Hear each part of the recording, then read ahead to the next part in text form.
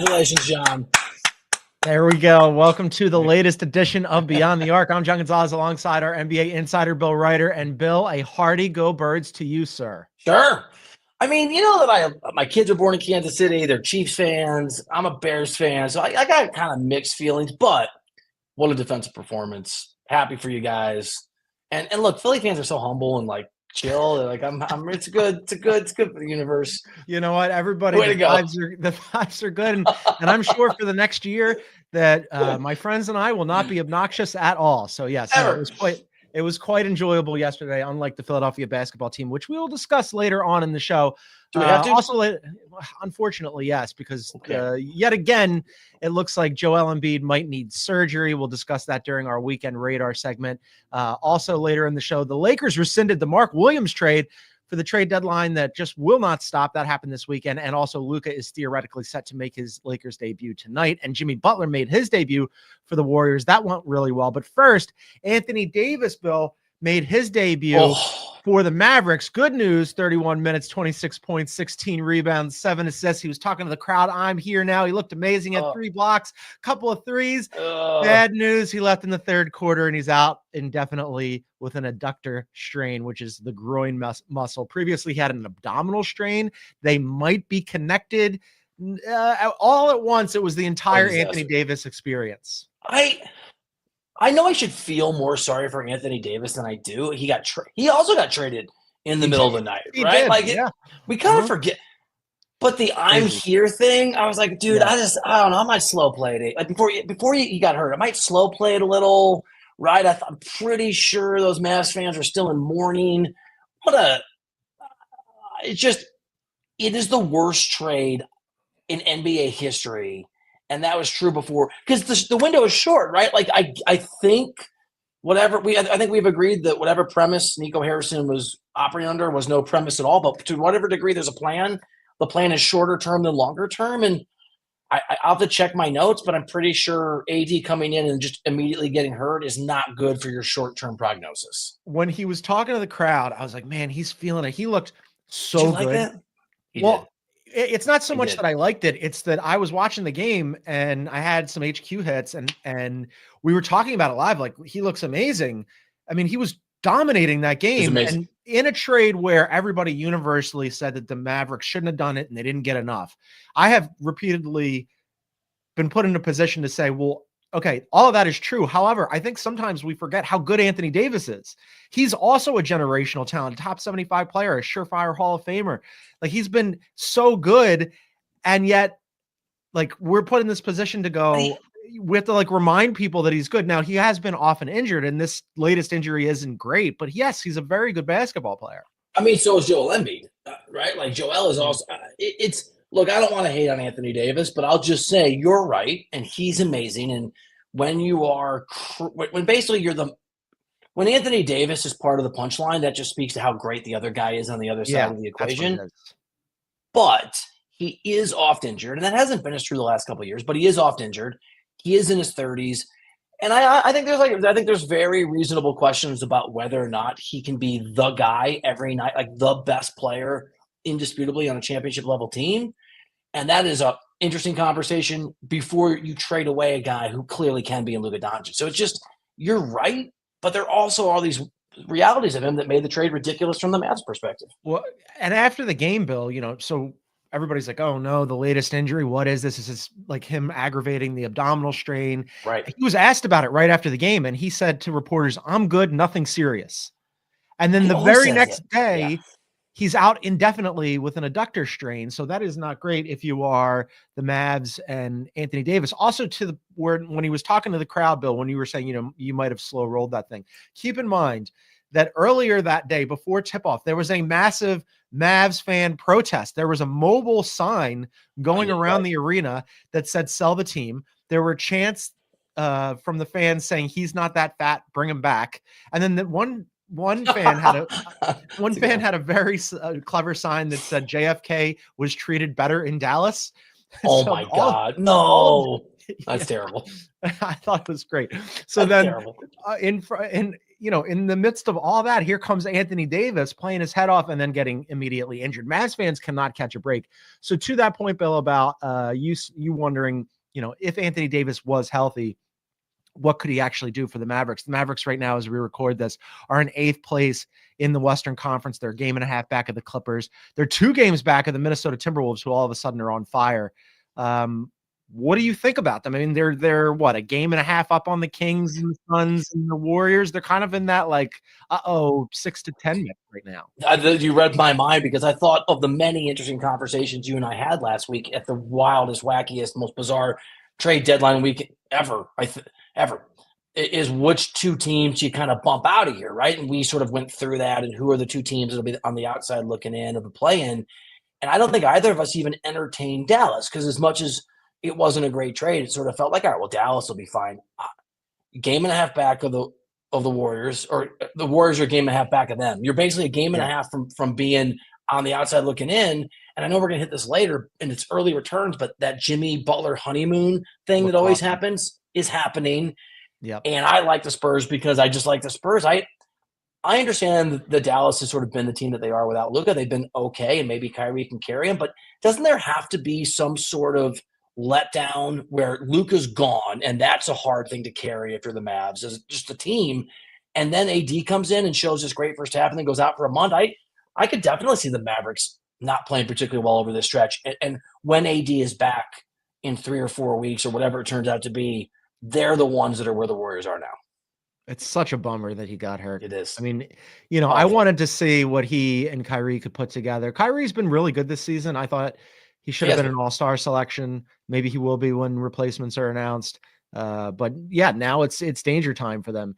Other things that happened this weekend, Bill, the trade deadline that won't die continued on Saturday, where all of a sudden I was sitting there, I figured, I'm done work. The trade deadline is over, and work calls me and the push alert that the Mavericks or the Lakers had rescinded the trade for Mark Williams. Initially, for those of you who potentially missed it, they had sent out Dalton Connect, Cam Reddish, a 2031 first-round pick, and a 2030 pick swap for Mark Williams to the Hornets. That was rescinded because the Lakers failed him on his physical. He was flagged for multiple issues. It was his foot, evidently, Bill, not his back.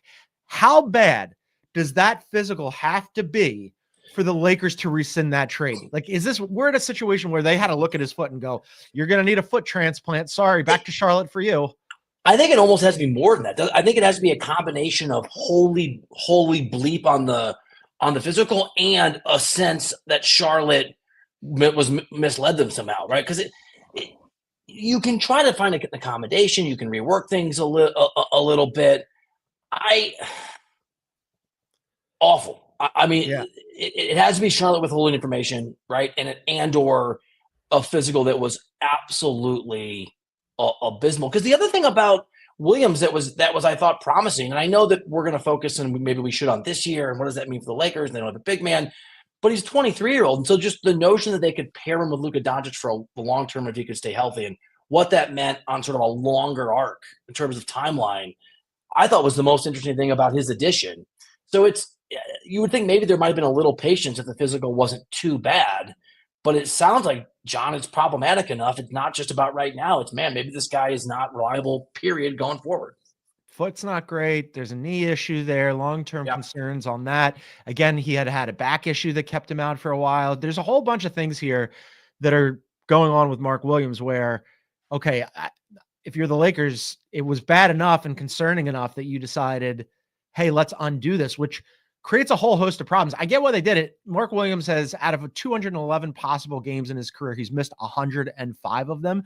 But this creates another whole host of problems. Okay, well, on the one hand, maybe you dodge a bullet long-term with Mark Williams. We'll get into in a second. In the short term, Bill, number one, welcome back Dalton Connect and Cam Reddish, who we just traded you. Well, don't buy a house, Dalton, because keep renting. I mean, summer's coming. I can't wait for JJ to go, we always really liked him, but, we saw an opportunity here, and now we're excited to have him back in the mix. Here's the bigger issue, aside from just the awkward reunion and the chemistry and Dalton Connect just being in whatever portion of the rotation and being in the locker room. The Lakers at center now have Jackson Hayes, Christian Coloco, Christian Wood. I mean, Christian Coloco is on a two-way. They couldn't even bring him into the playoffs if they wanted to, unless they convert him to a permanent contract. So you're looking at Jackson Hayes and a very small lineup. And again, I mean, they are prioritizing the long term over the short term, and maybe credit to Rob Pelinka, like not panicking and saying, if we don't go through with this Williams deal, we have nobody to play this position, and therefore our chances of competing this year are degraded. Are they still the third best odds? I meant to look this morning, and I did not. Here's the other thing that's interesting about this: if the Lakers are having the patience to understand that there's a longer timeline here, and maybe that includes LeBron a couple years. And correct me if I'm wrong, but I'm pretty sure if they wait till the summer, right? They wait till the next season, wait till after. I think that 32 pick becomes a pick that they can move, which is going to be, I think, the further you can get down the line, the more desirable those picks are going to be. So now I think you'll be able to move the 32 pick, and you can obviously pick swap the other ones, and then Dalton Connect is still out there. So the Lakers might actually be in a position, forced patience, to get a better return potentially this summer. Obviously, it's not going to help between now and June, but there is a world where they're able to go get more help in the summertime once we get to free agency. So on its face, if Mark Williams was healthy, I liked the deal. I think that he would have been a good lob threat with Luka and LeBron. There's some concerns about opponents shooting really robustly against him at the rim. But I think in terms of like offense and rebounding, he would have been good. But it's obviously not in a vacuum. You have to factor in the health. So I think there is a world here where they might have dodged a long-term bullet because of everything that you just said, where you get to keep these assets and like figure it out during the offseason. Because even if and I haven't checked the odds either, after all of these trades, they had vaulted into third best odds to win the Western Conference. I don't know how the Mark Williams undoing has altered that, but I think we probably agree that they probably weren't going to win the Western Conference this year. Could have been fun, still might be fun, but I don't think they're going to win the Western Conference. So I do kind of like, hey, we've got Luka for however many more years, another decade and change, hopefully. Let's just figure it out during the offseason and maybe like keep some of our powder dry. So I guess congrats and thank you, Mark Williams, for being broken. Plus, Bill, here's the other thing. The Lakers have been playing really well. They've won 9 of their last 10. They're a season high 12 games over 500. They're a half game back of Houston for 4th place and a game and a half back of the Nuggets for 3rd. So good. They've been really good and really fun. Maybe it's going to be okay. Do they dip into the buyout market here? I was looking at some of the names on centers. It's not great. Here's some names for you, Bill. Mo Bamba, Daniel Tice, Frank Kaminsky is in the G League. They're not great. They're not. I mean, you probably go get a body. You probably go get a warm body. Yeah. Yeah. I mean, Mo Bamba maybe. I guess that's maybe Mo. I mean, otherwise you're hoping that Larry Nance or Kelly Olynyk or Chris Boucher get bought out, which is probably unlikely. But they're going to need somebody else along with Jackson Hayes, because just Jackson Hayes is danger zone. Let's take a quick break. And then on the other side, Mo Bamba, as Aaron was pointing out, was a Laker in 2023, and he was bad. With respect to my guy, Mo Bamba, who I did a piece on for The Ringer when he was coming out of college, he's been bad everywhere. Like, I always like the idea market. If you're in the buyout market, there's an 81.3% chance you are bad. See Ben Simmons, the Clipper. I mean, like, there aren't real solutions there.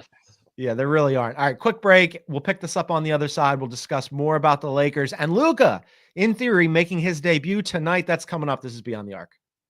I feel home when I see the faces that remember my own. When I'm with my friends, I feel home.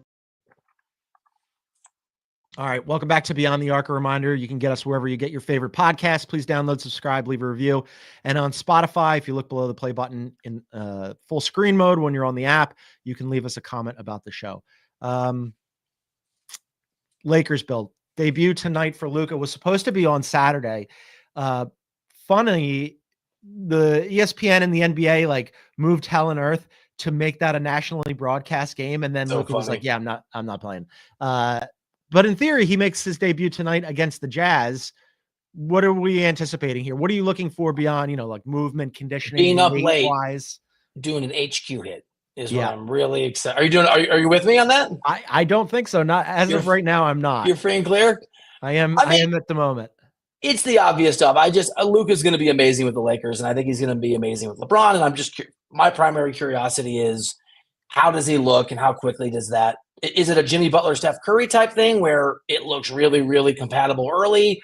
Or, and this happens sometimes, especially because like Luka needs the ball in his hands, obviously, is there a little bit of a learning curve and all the silly overreactions that then follow? Yeah, I wonder if he's going to be on a minutes restriction, like conditioning wise, what he's going to look like. I anticipate sooner rather than later that he's going to. He had a slow start to the season, but he's still Luka. I mean, offensively, he's going to be a juggernaut eventually. And the chip on his shoulder, I suppose that's the main. Yeah, that too. I mean, I think that's going to be a very, very real thing. Speaking of the chip on his shoulder, so the majority owner of the Dallas Mavericks, no longer Mark Cuban. His name is Patrick Dumont. He gave some comments, Bill, to the Dallas Morning News. I'm going to read them here for you. So he told the Dallas Morning News, if you look at the greats in the league, the people you and I grew up with, Jordan, Bird, Kobe, Shaq, they worked really hard every day with a singular focus to win. And if you don't have that, it doesn't work. And if you don't have that, you shouldn't be part of the Dallas Mavericks. Then he went on to add, this is the only way to be competitive and win. And if you want to take a vacation, don't do it with us. Now, a lot of people had a lot of things to say about this and took umbrage with, among other things, throwing Shaq in there, who was a very good player, but not exactly known for his work ethic. But a lot of shade thrown at one of the best players in the NBA right now, perennial first team All NBA selection. What did you make of this? I want to just circle that Shaq thing, because Shaq is proof that some guys that don't follow the model this guy is espousing can actually lead you to greatness. I want to point out, as you know, but I don't think they know in Dallas, maybe you made a finals last year. You made finals last year. You're not some team that keeps flaming out in the first round. Okay. You're not whatever. Sorry, dude. You're not the Sixers. You're not Joel Embiid, who can't make a conference finals. I mean, Luka's made 2 conference finals and 1 finals. What are you talking about? And then the other thing that I think is really interesting, and this is something that I speculated on, and you and I talked about, and we speculated on, the Nico Harrison thing made no sense. And when something doesn't make sense, a lot of times there's information we don't have. And I just kept sort of wondering on HQ and here in radio, is it an ownership thing? Did Luka want it? It wasn't Luka, obviously. To me, John, it makes me really wonder if Nico Harrison isn't the guy that has to carry water for his bosses making a decision, because that's a very pointed, from ownership level of insult of Luka Doncic. And I think it's reasonable now to speculate, I don't know, that maybe ownership, for their own reasons, was inclined to not have Luka be a part of that team. Because it's hard to believe Nico Harrison as a basketball guy would have chosen this, and this would explain why. We don't know a ton about Patrick Dumont. He's relatively new. I think like him throwing Shaq in there, maybe it was just like an accident and he didn't realize what he was saying, or maybe he just doesn't know what he's saying. But I did cut out part of the quote there when you were talking about, how much influence behind the scenes that ownership had and influence into this. And that maybe it wasn't just Nico waking up one morning and going, hey, let's not pay Luka the Supermax. Maybe there were some ownership forces at work here. Here's another part that he said in this quote. He said, that's who we want. I'm unwavering on this. The entire organization knows this. This is how I operate outside of basketball.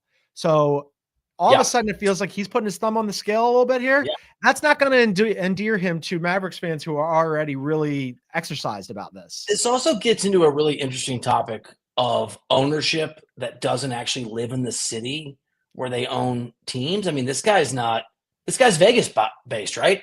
I think this guy is Vegas based. I would. That's my presumption. So. I mean, the Adelsons own a bunch of casinos in Vegas. I mean, you're not at the country club.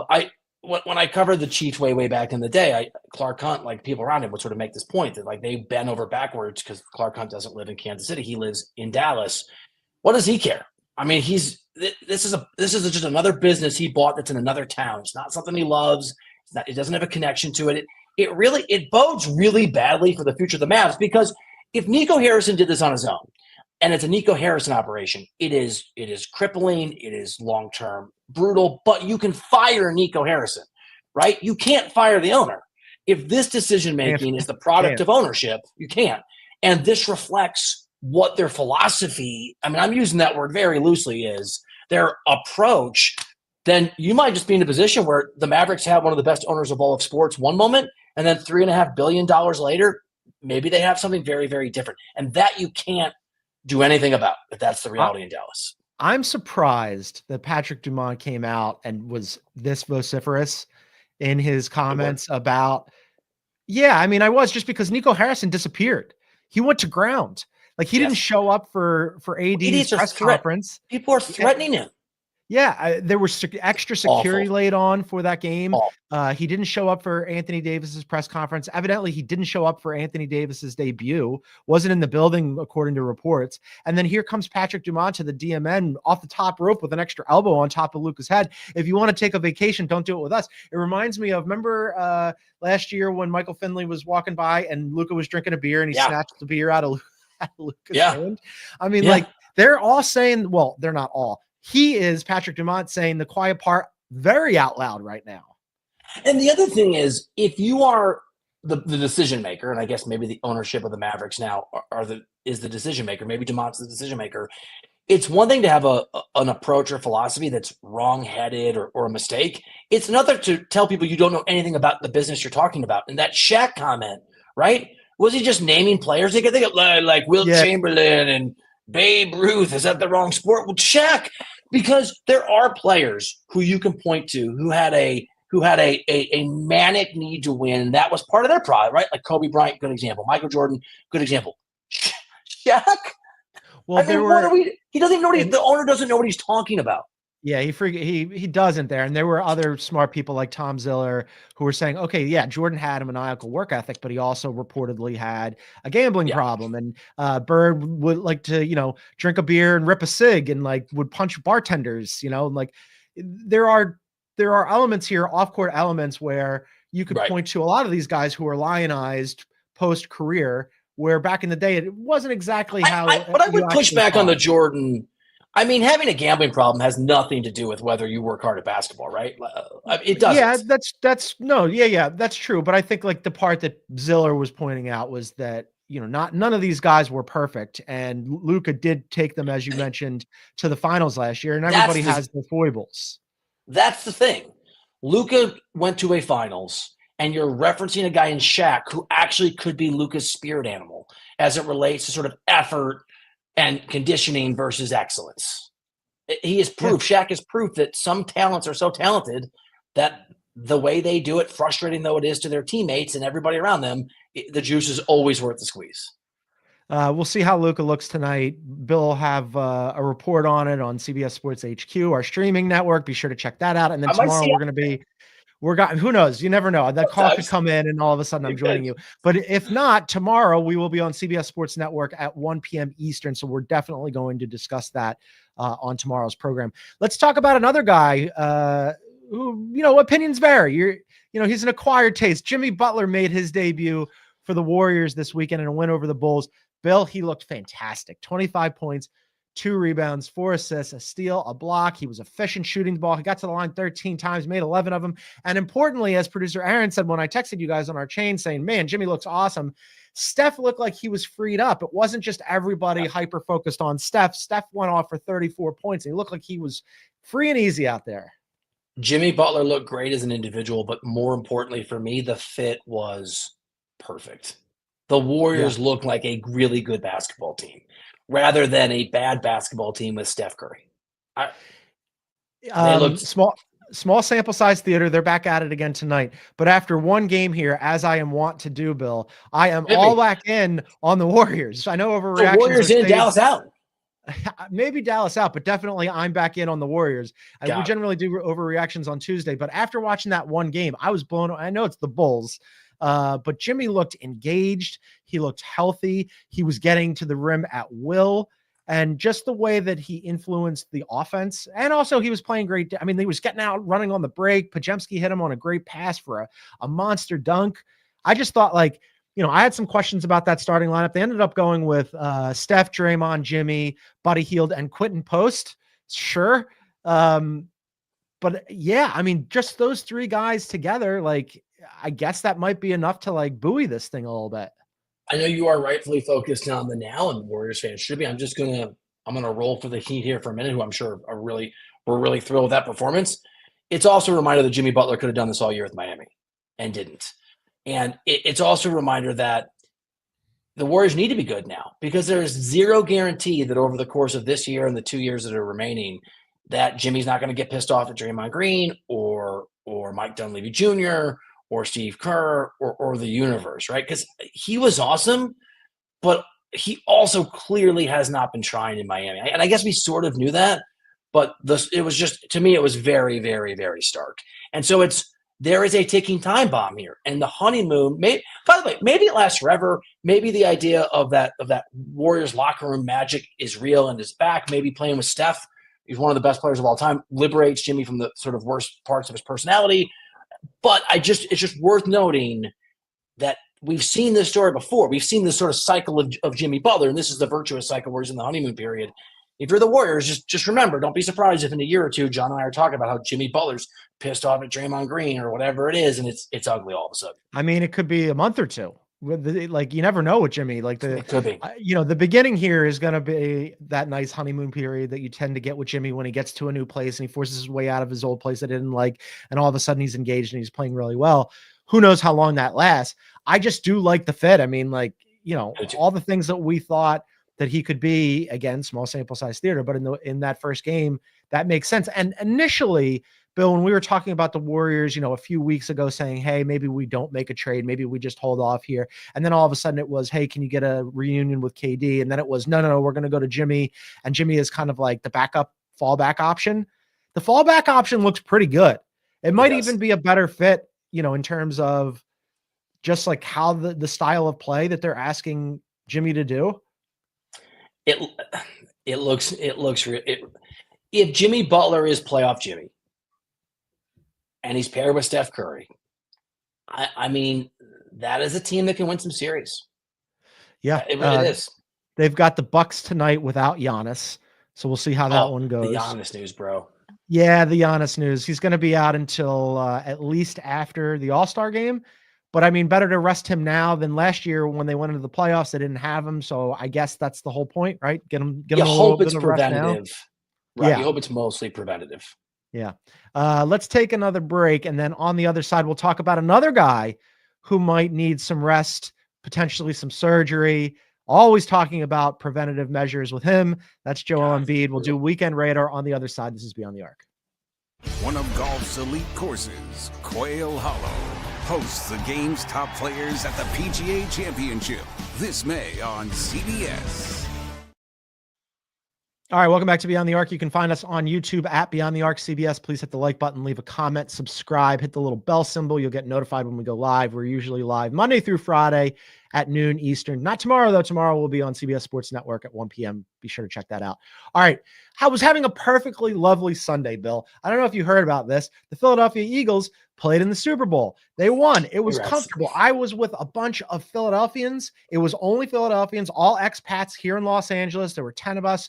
Delightful day. And then all of a sudden, phone buzzes, get a little push alert, and there's a report that Lisa Salters said that Joel Embiid believes his knee will require another surgery and a long recovery period, something he didn't have last year. After the game, Embiid acknowledged the report. He told the AP, quote, "I think the straightforward answer is that when you've got something that's inconsistent, at some point, you've got to do something about it. We don't know what that is. We're looking into every option." Bill, on Friday, Daryl Morey gave a press conference and said that they anticipated that Joel Embiid's knee will just continue to get better. And then all of a sudden, Embiid's like, I don't know, I might need surgery. I don't really know what to say to you because I've tried to be the optimist. I've tried to sort of rain balloons and confetti on your sort of dour outlook on the Sixers, and you were right, and I was wrong. And it's all over. Everything is terrible. The dumpster's on fire, floating down the river. Here's the thing: if he needs surgery and if he has surgery and he's out for an extended period of time, is his era over? Which never really even got started. Is it like this is the first time that I've sort of entertained? Maybe he's just never going to make a finals. Maybe the window's closed. Well, so yeah, maybe. I mean, he's only played 16 games this season, and right. My thing is, there's a contingent of people who watch the NBA, watch the Sixers, people in Philadelphia who say All they need to do is just get that 10 seed. And as long as he's able to play, they've got a shot, right? Well, my counter to that is the last 2 games, they had Paul George, Tyrese Maxey, and Joel Embiid all on the court and available. Guess what? They lost to the Pistons without Cade Cunningham. And then yesterday they lost to the Bucks without Giannis. What are we doing here? If he needs a surgery, shut the guy down. Just make the season over because it's been over all year anyway. Also, he turns 31 in March. This guy, Embiid, is not, and he has the body of a 52-year-old. I'm not a shut it down usually guy. And last year I was sort of with you when he came back, if he can get healthy and they can make a run. And they played the Knicks really, really tough, right? They got in and they played the Knicks, and it was a great series. But at this point, I'm with you, man. The season's over. The season is a lost season. It doesn't work even when he's out there.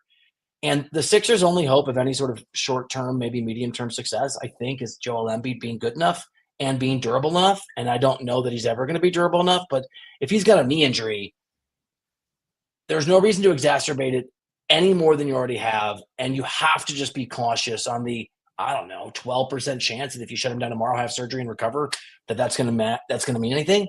I mean, is he ever going to play 60 games ever again? I don't know. It doesn't look good. I mean, if he needs more rest, it begs the question why he didn't get more rest. I was one of the people going into the Olympics that said, look, if he wants to play and he's able to play, he should play because he's missed so many games, right? It's hard to tell the guy don't play in the Olympics with maybe the greatest team ever assembled because you want to play, but maybe you shouldn't because you're so like tissue paper.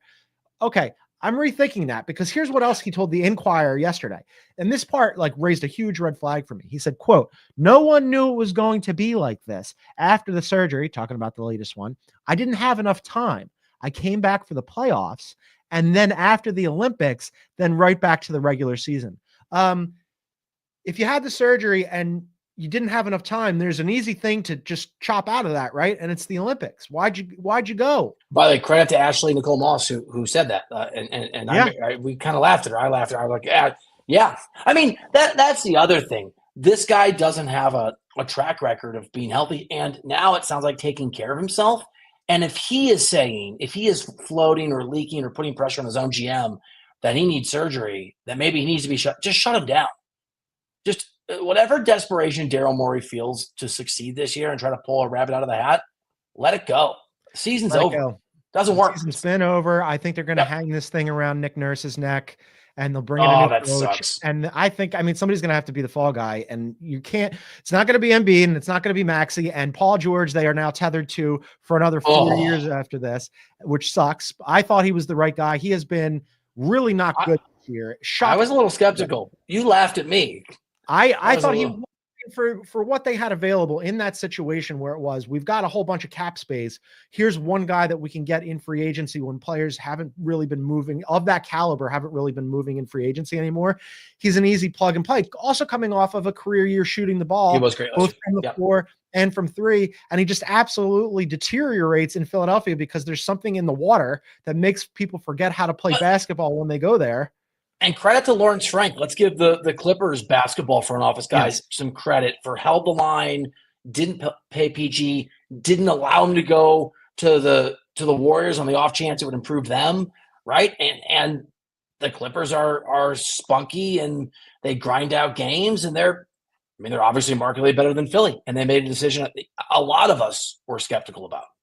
I was having this very conversation last night at said Eagles party with now displaced Philadelphian current Clippers sideline reporter Lauren Rosen, and I was like, hey, they not only did the Clippers make the right move by letting PG go, but just to identify Norm Powell and be like, hey, guess what? You're new PG. Yeah. And he's having an incredible year, and it's cost effective, and they're not tethered to PG moving forward. And yeah, it makes complete sense. Other things on weekend, anything else hit you this weekend? Not a lot. The Celtics made almost half of their 39 or 43 point shots on Friday or Saturday, and just sort of a reminder that there's a beating heart of a beast in there, and Boston's still going to be the team to beat when the time, I think, when it rolls around. So that I paid attention to. Giannis injury we discussed. I was off on Saturday. You got pulled into work. I'm sorry. Saturday was a weird day because I kept thinking like this will be the last thing today. And then there was like so many other, it was like Ben Simmons buyout market, Mark Williams got rescinded. It ended up being like a full day of basketball. And I was like, didn't the trade deadline already happen? We should all be shut down. It's a Saturday before the Super Bowl. Here's something else that happened this weekend that we should mention. Hubie Brown called his last game. Hubie Brown has been out there for quite a long time. They gave a stat on the broadcast yesterday, Bill, that Hubie Brown coached against or broadcasted games of 80% of all players in NBA history. That's bananas. Like, how is that even possible? The guy's in his 90s. He's been out there forever. I also wanted to say, I thought that it was really mean-spirited of the NBA for his last game to make him do the Sixers. Like, give the guy a good game to call instead of like the broken, just like bad vibes. Nothing ever goes right. Philadelphia 76ers on Super Bowl Sunday. Can I just also say that they should just stop doing games on Super Bowl Sunday? Just don't do the games. I thought they were. Nobody cares. Nobody cares in America. I was reluctantly, I had an eyeball on it because it was the Sixers, but also the Puppy Bowl is the lead-in to the Super Bowl. Thank you very much. And that was way more pleasant than the Sixers. I didn't watch the Puppy Bowl. I missed the Puppy Bowl. It was great. Excellent yet again. They nailed it for the 20-something straight year. Let's do team of the night. I'm gonna pretend there weren't games yesterday. I'm gonna go with the Warriors on Saturday. I mean, again, same one. Okay, we're same page. Yeah, they were awesome. It was really fun. It was fun to watch the Warriors again. That's it.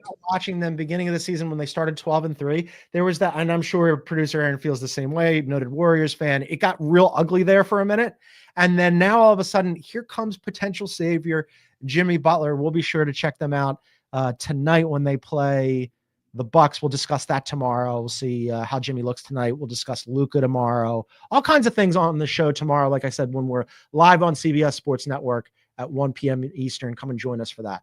I think that's going to do it for us. Bill's in a hotel room freezing in Denver. It's so cold here, dude. Go put on some warmer clothes. The heat doesn't work in it. What's going on, Denver? Go put on some warmer clothes. Right. And also, Bill and I will be on CBS Sports HQ at 3:15 Eastern to do some more basketball. So if you're jonesing for more basketball, come and join us around then. Until then, for now, for our NBA insider Bill Ryder, I'm John Gonzalez. Thanks so much for tuning in, everybody. We'll see you tomorrow.